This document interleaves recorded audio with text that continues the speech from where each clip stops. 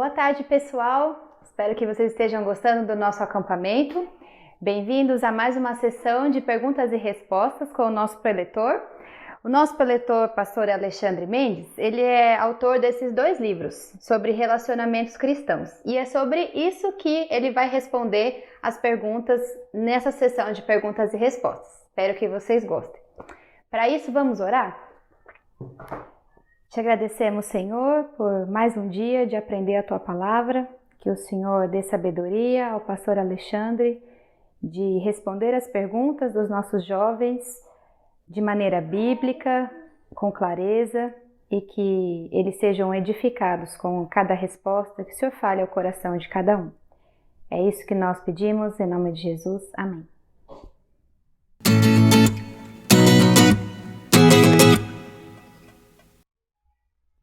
Pastor, eu tenho uma pergunta. Eu queria saber, ao iniciar um namoro, como promover um crescimento espiritual junto? O crescimento espiritual junto, ele é produto da graça de Deus, assim como o nosso crescimento individual. Dentro do período de namoro, é importante ter uma compreensão do que é o crescimento espiritual, como ele acontece, para daí sim passarmos para algumas ideias práticas de como fazer isso no contexto de namoro. Bom, o crescimento ele é produto direto do Evangelho. É pura graça de Deus que alguém cresce espiritualmente. E por crescimento eu estou apenas dizendo um termo específico de alguém que está se tornando a semelhança de Cristo. Você está crescendo à imagem e semelhança do Senhor Jesus Cristo.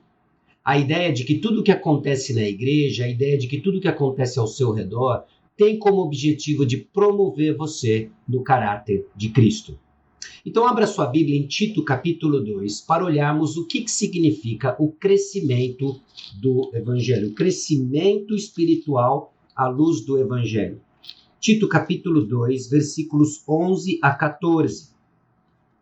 Esses versículos vão nos ajudar a entender de que o crescimento espiritual ele é produto da graça de Deus. São 4 versículos que deixam isso bem claro.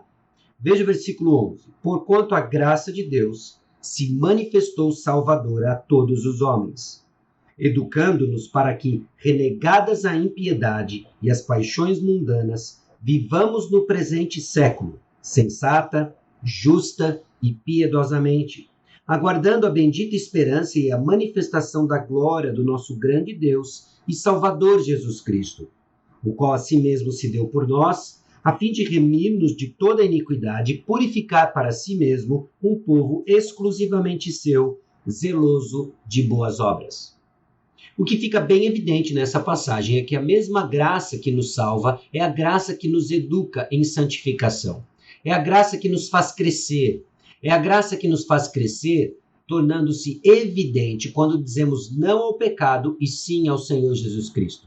E sim a um caminho de fé, sim a um caminho de justiça e santidade, em que somos colocados dentro do povo de Deus que cresce zeloso de boas obras. O seu crescimento vai ser evidente nas boas obras que você pratica e caminha. E boas obras é tudo aquilo que parece com o Senhor Jesus Cristo.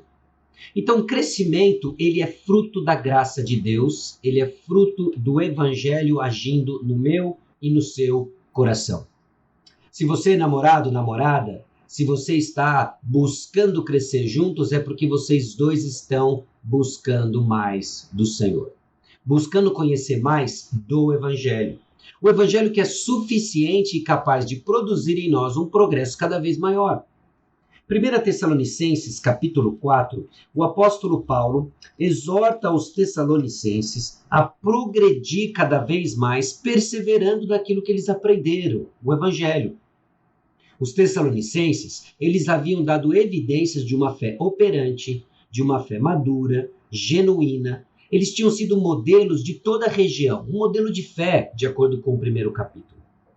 Logo ali no segundo capítulo, o apóstolo Paulo trabalha com eles de que eles receberam a palavra de Deus e receberam a palavra de Deus não como palavra de homens, mas de Deus, do próprio Deus. O apóstolo Paulo tinha um anseio de encontrar com esses irmãos que já demonstraram uma fé madura, legítima, porque ele sabia que deveria aparar algumas arestas, as deficiências da fé. 1 Tessalonicenses 4:11, 3:10, orando noite e dia com o máximo empenho para vos ver pessoalmente e reparar as deficiências da vossa fé. O apóstolo Paulo queria estar pessoalmente com esses irmãos. Não só queria estar pessoalmente para parar as deficiências da fé, como insiste que eles perseverem naquilo que eles já sabem. Capítulo 4, versículos 1 e 2. Finalmente, irmãos, nós vos rogamos e exortamos no Senhor Jesus, que como de nós recebestes, quanto à maneira por que deveis viver e agradar a Deus, e efetivamente estáis fazendo, continueis progredindo cada vez mais, porque estáis inteirados de quantas instruções vos demos da parte do Senhor Jesus. Eles já tinham recebido instruções de como eles deviam viver. E o apóstolo Paulo diz, continuem progredindo cada vez mais naquilo que vocês já sabem. Por vezes nossa fé ela é estanca e nós achamos que nós precisamos de informação nova. É lógico que você vai sempre aprender mais. Mas nós desprezamos o poder do pouco que já conhecemos. Jovem, deixa eu dizer algo para você. O poderoso evangelho de Jesus, que salvou você, é a graça que também educa você. Insista no simples de orar mais, de ler a Bíblia, de servir. E assim você vai começar a crescer juntos. Então o crescimento da graça de Deus, ele acontece pela palavra. O conhecimento da graça de Deus. É assim que nós encerramos, por exemplo, em 2 Pedro capítulo 3, em que agora o apóstolo Pedro, movido pelo mesmo Espírito, incentiva os seus leitores a crescerem. Antes, crescei na graça e no conhecimento de nosso Senhor e Salvador Jesus Cristo. Essa graça e esse conhecimento que nos foram dadas pelas promessas que foram registradas na palavra de Deus. Há algo sobrenatural que acontece quando nos expomos à palavra de Deus. Deus fala. E assim nós nos apropriamos da graça de Deus para crescimento. Não só a graça de Deus acontece por meio da palavra dele, como ela é ministrada num contexto de comunidade. Muito da graça de Deus que eu e você recebemos acontece no contexto da igreja, no contexto de uma comunidade de fé. E é aqui que se desdobram então as ideias práticas, nesses pilares fundamentados na palavra de Deus, que nós desenvolvemos algumas ideias práticas para que no namoro você cresça juntos. O primeiro deles é leitura da palavra, estudo da palavra. Muitos casais têm sido tremendamente beneficiados pelo estudo bíblico que eles fazem juntos. Considere isso. Considere o estudo da palavra como uma das maneiras em que você irá crescer juntos. Principalmente se vocês não estão no contexto da mesma igreja. Então, o estudo da palavra, e hoje nós podemos dispor de tantos meios de tecnologia que facilitam isso, vai ser um meio pelo qual vocês vão crescer juntos no conhecimento da palavra. Não só no conhecimento da palavra, mas também na oração. Na oração, você vai aprender bastante sobre o Senhor e vai desenvolver um hábito de colocar Jesus Cristo no centro desse relacionamento. Então, leia a Bíblia, faça oração, se quiser crescer. E eu adicionaria um terceiro elemento prático, e aqui talvez onde nós vamos desdobrar algumas coisas. O serviço juntos. Namoro é o período onde você vai conhecer muitas coisas importantes do seu futuro cônjuge. Namoro e noivado. Então o que eu sugiro para você? Sirva juntos. Porque no serviço é que se desdobram então inúmeras oportunidades de enxergar reações. Nós já falamos sobre o que prestar atenção e muito daquilo que realmente importa vai acontecer no contexto de serviço. Juntos no mesmo lar, vocês vão ter inúmeras oportunidades de servirem juntos. Então preste atenção nas oportunidades que surgem de serviço. Estejam juntos servindo num acampamento, juntos servindo irmãos da igreja, juntos servindo família. Vão surgir oportunidades que irão se desdobrar para compreender mais um do outro. Então, como promover crescimento junto? Você já sabe e insista na progressão de conhecer a palavra, de crescer em oração e serviço juntos. E claro, você sempre pode e deve buscar conselho daqueles que conhecem vocês próximos da mesma comunidade, para ajudá-los, não só guiá-los no conhecimento da palavra, como também orar com vocês, fazer com que a oração seja sempre os mesmos temas, mas de forma diferente, aprendendo a orar através da Escritura e também no serviço juntos. E assim seja o primeiro passo de uma vida inteira crescendo juntos para a glória de Deus. Amém?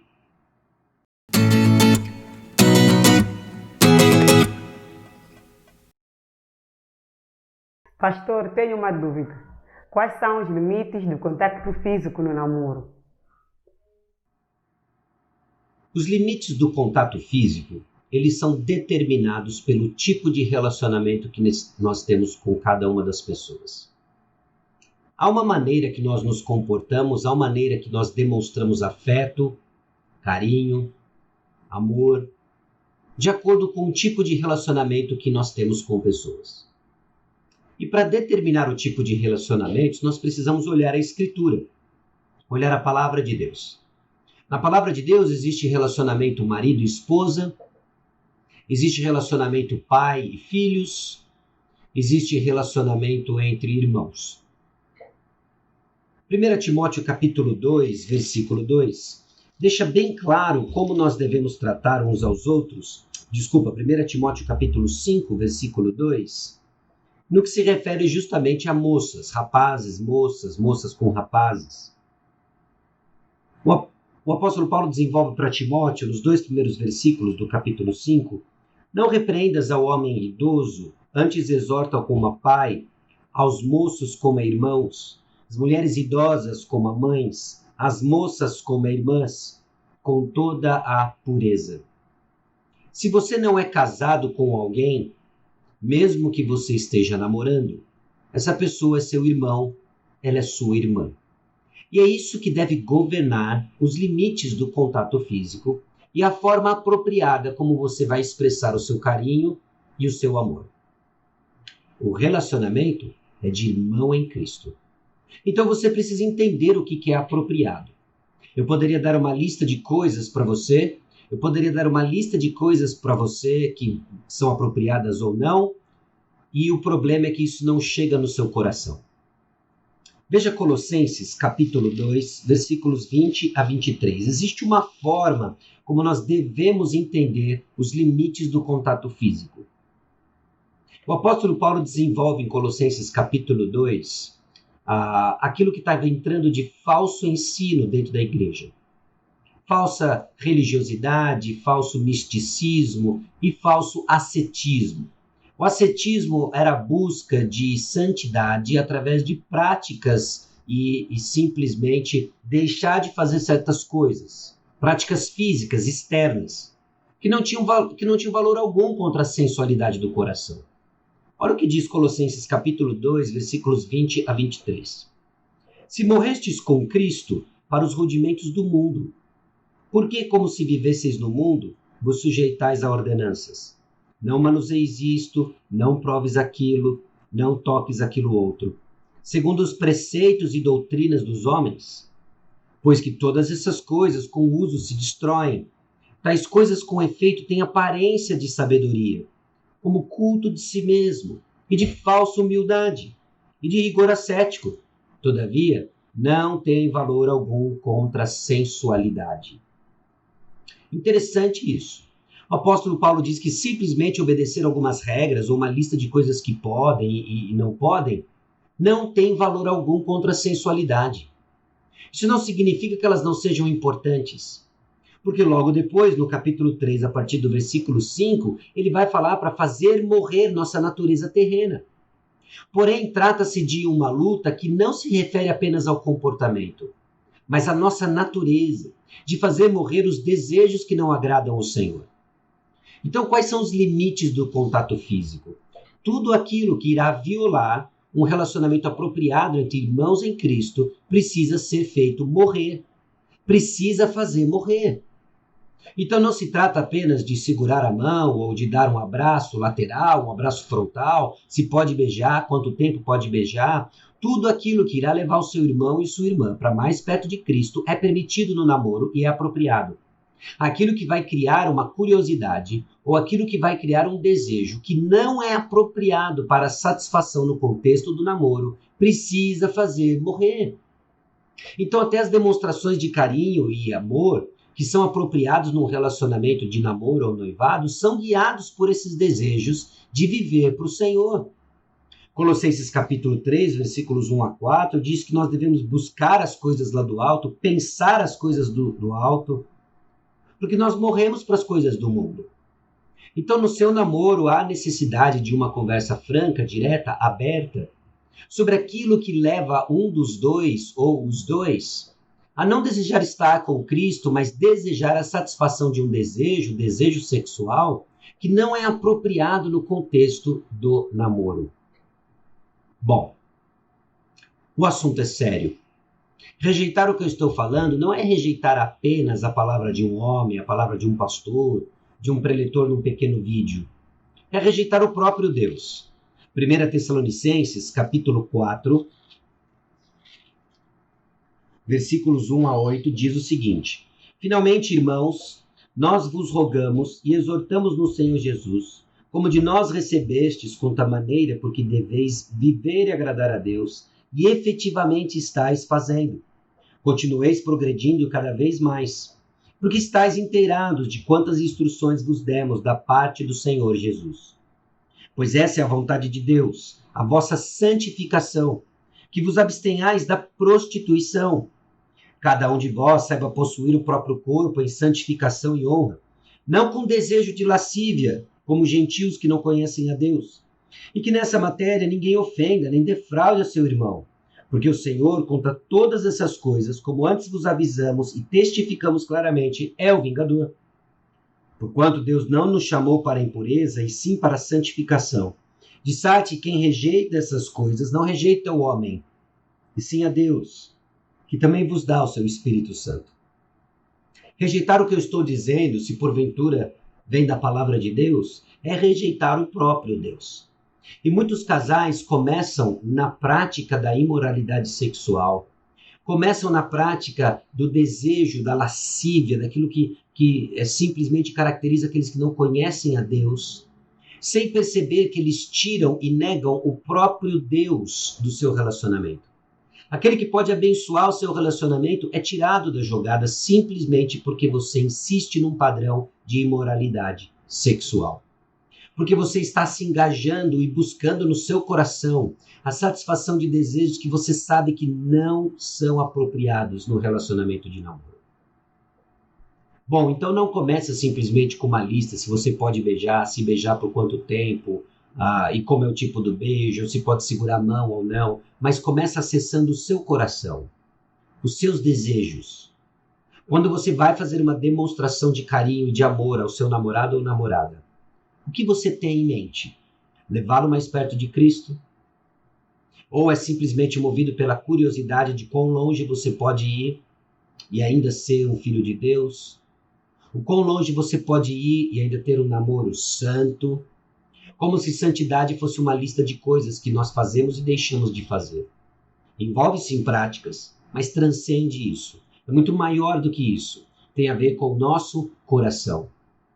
Então eu desafio você, jovem, eu desafio você, rapaz, moça, você que está namorando, a não pensar os limites do seu namoro apenas em coisas que você faz ou deixa de fazer.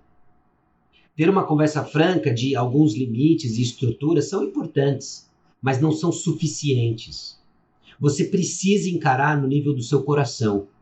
Onde está o seu coração quando você busca a manifestação de certas coisas no seu namoro? De certas práticas no seu namoro?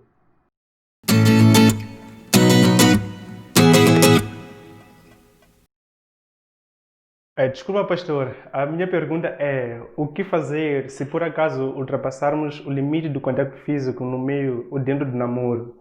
E em relação à virgindade?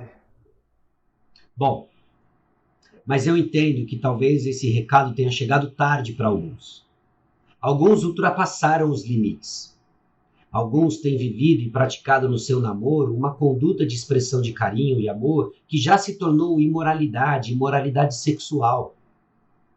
Mãos que foram lugares inapropriados, ou até mesmo o engajamento num relacionamento sexual. O que fazer diante disso? A boa nova é que o Senhor Jesus Cristo, ele é gracioso. E onde abunda o pecado, a sua graça superabunda. Ele nos encontra onde nós estamos. Talvez essa mensagem chegou para lhe confrontar de certas práticas que precisam, antes de tudo, cessar. É preciso parar. Se o seu coração está engajado num relacionamento de namoro, onde você busca constantemente a satisfação dos seus desejos, isso precisa parar. Agora. Não é amanhã, não é depois, mas é agora. E o processo em que você vai parar não é simplesmente deixar de fazer algo, mas passar a fazer algo diferente. Se antes vocês eram marcados e conhecidos pelo egoísmo, de simplesmente usar o corpo para o benefício próprio, agora cada um vai usar o seu próprio corpo para servir o próximo. E num contexto de namoro onde você não é casado, você não vai servir o próximo se engajando sexualmente. Você vai servir o próximo exortando um ao outro. Você vai servir o próximo, muitas vezes, a forma mais amorosa de você demonstrar afeto é simplesmente retendo sua manifestação de carinho. Porque isso não vai servir bem seu namorado, sua namorada. Então é necessário confissão. Dizer não a tudo isso começa com confissão. Talvez seja o momento de você confessar, talvez não, esse é o momento, se esse é o seu caso, de engajamento inapropriado no relacionamento, de confessar diante de Deus. Confessar diante de Deus essa prática pecaminosa, buscar o perdão do Senhor, na certeza de 1 João capítulo 1, versículo 9, de que se nós confessarmos nossos pecados, Ele é fiel e justo para nos purificar de toda injustiça, de todo pecado. Ele é fiel e justo para isso. Nós precisamos confiar no perdão do Senhor, confessar e limpar nossa consciência diante dele e sabendo que esse pecado é a razão pela qual Cristo morreu por nós. Confessar não somente a Deus, mas também os envolvidos, ao seu namorado, à sua namorada. Confessar de que você usou mal o seu corpo e o corpo do seu namorado e namorada. De que isso foi pecado. Você pecou contra Deus e você defraudou o seu irmão. Você defraudou a sua irmã. Você criou nele e nela um desejo que você não pode, de maneira justa e santa, satisfazer. Isso é defraudação. Isso é fazer o mau uso do seu corpo e do corpo do seu namorado, da sua namorada. Isso é preciso parar. Feito essa confissão, agora é necessário arrependimento. Arrependimento que vai ser traduzido num plano de ação. Se antes vocês tinham a prática de passar muito tempo sozinho, em lugares isolados, isso gerava um ambiente de tentação, isso precisa parar. Ele precisa parar agora. Talvez você vai precisar prestar contas para conselheiros maduros, para os seus próprios pais, para alguém que está acompanhando você e dizer, olha, nós temos pecado nessa área e isso acontece quando nós estamos sozinhos, quando nós saímos para andar, caminhar, nos isolamos. Essa caminhada precisa parar. Esse isolamento precisa parar. E o plano de ação, então, envolve aliviar pressão de tentação sobre o seu coração e o coração do seu namorado, da sua namorada. Envolve prestar contas a alguém. Envolve entender o propósito de Deus para o sexo, de que não é usar o corpo do próximo para o meu prazer, mas usar o meu corpo para servir pessoas. E isso, obviamente, no contexto do casamento, é usar o seu corpo para servir sexualmente o seu futuro cônjuge. Mas isso não acontece fora do compromisso de casamento. Fora do compromisso de casamento é buscar o corpo do próximo de maneira ilegítima. Então isso precisa parar e esse plano de ação precisa acontecer. Eu digo, inclusive, de que para alguns o plano de ação pode envolver o término do relacionamento. Que é quando justamente não existem mais maneiras de frear. A coisa é tão forte que não tem maneiras de frear esse namoro não ser terminando, porque já ficou evidente que vocês não têm maturidade para o casamento. Sim, para alguns que estão abrasados é necessário dar passo de casamento e parar de enrolar, parar de adiar algo que precisa acontecer, você deve se casar. Mas para outros que não estão prontos, seja o momento de terminar o relacionamento. Por quê? Porque aqueles que estão rejeitando essa palavra, não rejeitam a minha palavra, mas o próprio Deus. E o nosso relacionamento com o Senhor é mais importante do que qualquer relacionamento de namoro. Bom, mas e a questão da virgindade? Bom, a virgindade ela é importante. A palavra de Deus, ao longo do Antigo Testamento, fala o tempo todo sobre a questão da virgindade, como haviam punições na própria lei quando isso era perdido de maneira indevida. Ela é importante. Mas, ao mesmo tempo, ela não é tudo. E, mais uma vez, talvez essa mensagem chegou tarde para você. É de que a sua virgindade física ela já foi rompida, ela já foi perdida. Mas isso não significa que você não possa crescer em santidade. Meus irmãos, meus amigos, Deus é o nosso Deus de novos recomeços. Ele não se cansa disso. Então, se porventura sua virgindade já foi perdida, eu volto mais uma vez à mesma tecla de confissão diante do Senhor, de confissão às pessoas apropriadas. Se você tem dúvida de com quem você deve conversar, abra isso com um líder espiritual, alguém que pode guiar você. Peça perdão. E entenda que, a partir de agora, uma nova visão sobre sexualidade está sendo construída no seu coração. E isso vem a ser bênção para você. Isso vem a construir em você uma nova forma de encarar a sexualidade, não mais buscando o seu próprio prazer, mas buscando servir pessoas. Hoje, com santidade. No contexto do casamento, com santidade e pureza, mas servindo aí sim, efetivamente, sexualmente, seu futuro cônjuge. Então, a nossa visão de sexualidade ela tem que ser conduzida no temor do Senhor, em santidade e de acordo com os relacionamentos apropriados que o Senhor tem nos colocado. Eu espero que isso já ajude você a entender um pouco de como que nós vamos aplicar a palavra de Deus no que se refere à pureza. E que sim, existem limites, e antes de tudo ele é visto no nosso coração. Sim, para aqueles que já ultrapassaram, antes de tudo, os limites no coração, existe perdão, restauração.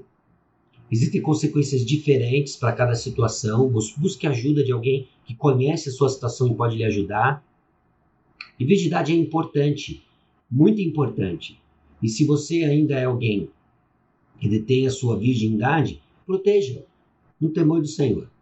Se porventura essa mensagem chegou e isso já foi perdido, reconheça que Deus é o nosso Deus de restauração e novos recomeços. E louvado seja o Senhor pela sua graça. Deus abençoe você.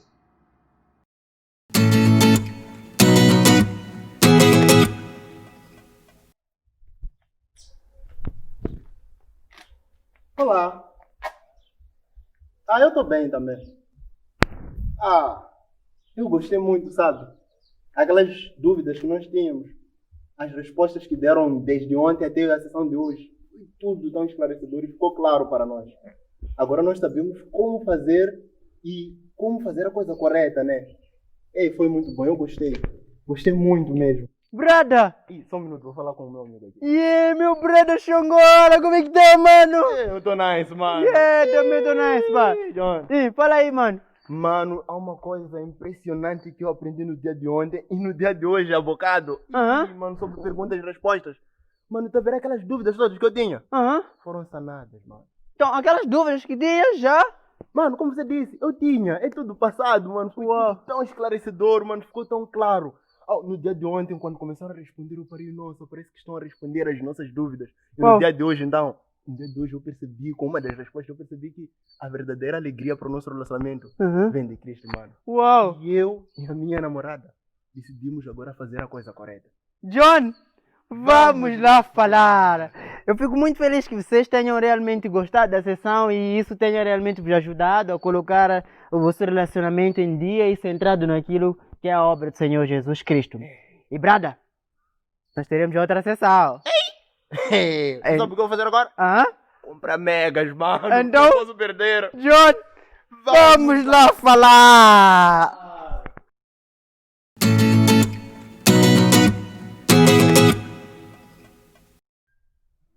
E aí, pessoal, espero que vocês tenham gostado muito dessa sessão de perguntas e respostas sobre relacionamentos. Espero que tenha sido uma bênção na sua vida e que você possa praticar de agora em diante tudo o que você aprendeu com o pastor Alexandre Mendes. Não perca a nossa próxima sessão, fica ligado, daqui a pouco voltamos.